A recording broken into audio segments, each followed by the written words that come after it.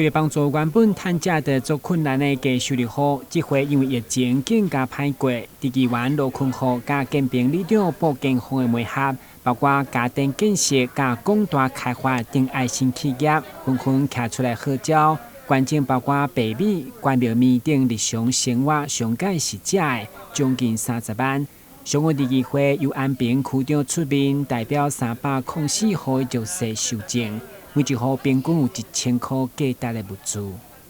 感谢这个企业主安尼大家共襄盛举，这艰苦人这低收入户的住户们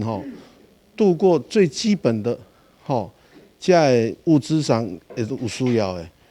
希望我也透过这个媒体啦互较侪人出来参与安尼。今仔日咱的区长，尤其咱的保健统保理长伊嘛透过伊的好朋友包姐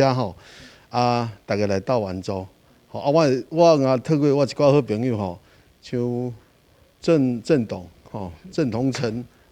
还有地方的一寡好朋友大家慷慨解囊来帮忙一寡这低收入户。那人家都说为善不欲人知，那我觉得这个是一个抛砖引玉啦。那也是希望我们透过媒体记者的报道，让大家知道，其实在这个社会上，还是有很多人他是处于弱势，那还是有很多人愿意来帮助需要帮助的人。那也希望借由这一次的机会，让大家看到说，其实在我们安平很多非常有爱心的人，大家都愿意来做这样子的一个善事。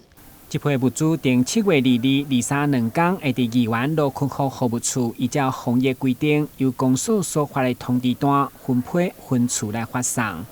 大家一起来！台新闻军及采访报道。